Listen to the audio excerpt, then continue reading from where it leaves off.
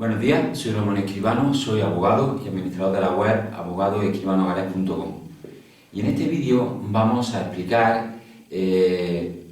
una lesión sobre la cual se puede solicitar una pensión de incapacidad laboral y que además es una lesión que es muy habitual, sobre todo en las profesiones que requieren realizar esfuerzos físicos. Nos referimos en concreto a la hernia discal L5-S1, es decir, a la hernia discal que se produce en la parte baja de la espalda, en la lumbar número 5 y en la vértebra sacra número 1. Las personas sin duda que padecen este tipo de problema médico, es decir, que tienen una hernia discal L5-S1, sin duda saben perfectamente las importantes limitaciones que esta lesión provoca. Pero claro, lo que queremos explicar en este vídeo es la pregunta típica que nos hacen en el despacho, donde nos preguntan si con este tipo de lesión sería suficiente para solicitar una pensión de incapacidad permanente total, es decir, para solicitar una pensión en la que el trabajador no puede seguir desarrollando su trabajo, aunque sí podría realizar otro que no implicara realizar ese tipo de actividad, ese tipo de esfuerzos físicos que implica la participación de la vértebra lumbar L5-S1. Pues bien, en primer lugar tenemos que decir que va a depender en buena forma poder reclamar o no una pensión de incapacidad por este concepto por varios motivos. El primer requisito o el primer elemento que tenemos que tener en cuenta es un diagnóstico preciso, es decir, tenemos que tener una hernia que esté localizada en esa zona de la espalda. Puede ser de varios tipos esta hernia, puede ser una hernia discal en sí misma, es decir, cuando el disco que existe entre las vértebras se sale de su sitio y contacta con las raíces nerviosas, y eso provoca evidentemente una serie de limitaciones. También puede deberse a una propia degeneración del disco intervertebral, es decir, el disco que está entre ambas vértebras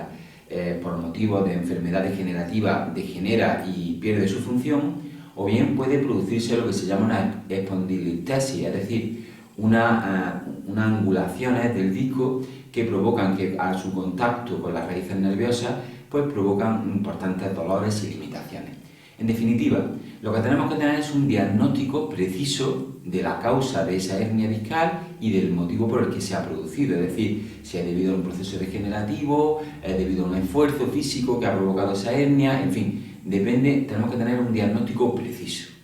Una vez que tenemos ese diagnóstico, sería muy interesante y muy importante para el futuro de la reclamación de una pensión de incapacidad el saber si tenemos una afectación neurológica, es decir, si tenemos una afectación ya de las raíces nerviosas de la zona en la que se produce la hernia y que por lo tanto esa hernia ha afectado ya a las raíces nerviosas. Este tipo de diagnóstico se suele realizar con una prueba que se llama electromiografía. La electromiografía la tiene que diagnosticar o prescribir, mejor dicho, un especialista, normalmente un traumatólogo o un neurólogo, pero lo que está claro, un neurocirujano, no un neurólogo, pero lo que está claro es que es una prueba que una vez que se realiza nos va a decir exactamente si esa hernia en ese lugar ha provocado una afectación y en qué grado de las raíces nerviosas. Es muy importante, decimos, porque en la jurisprudencia y en la práctica diaria de los tribunales, si la hernia provoca afectación de las raíces nerviosas, cosa que se suele demostrar con este tipo de pruebas, el porcentaje de éxito de nuestra reclamación de pensión va a ser muy alto. Porque evidentemente eso ya demuestra de forma correcta y objetiva que existe una importante limitación como es la ya afectación de esa raíz. Una vez que tenemos demostrado todo esto, lo segundo y tan importante como lo primero será demostrar cuál es el trabajo habitual de la persona. Evidentemente el trabajo tendrá que ser un trabajo que implica una intervención activa de esa zona de la espalda.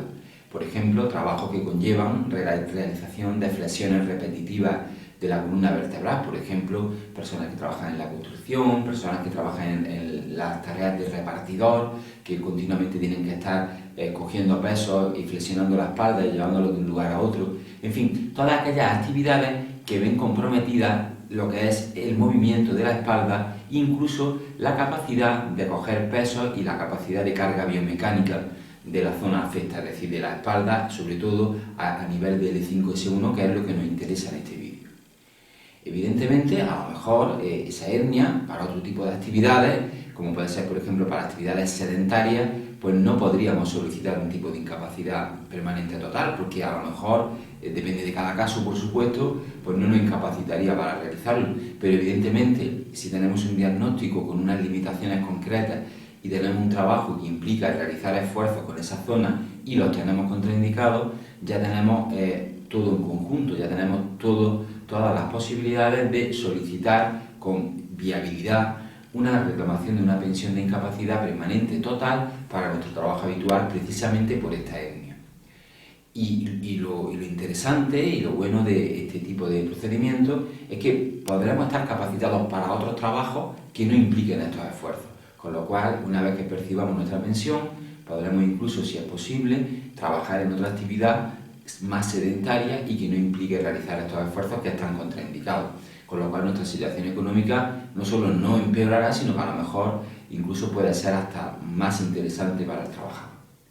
Nosotros en el despacho somos especialistas en reclamación de pensiones de incapacidad, bien por hernia discal L5-S1 o por cualquier otra dolencia que pueda llevar a ser merecedora de solicitar este tipo de pensiones. Nosotros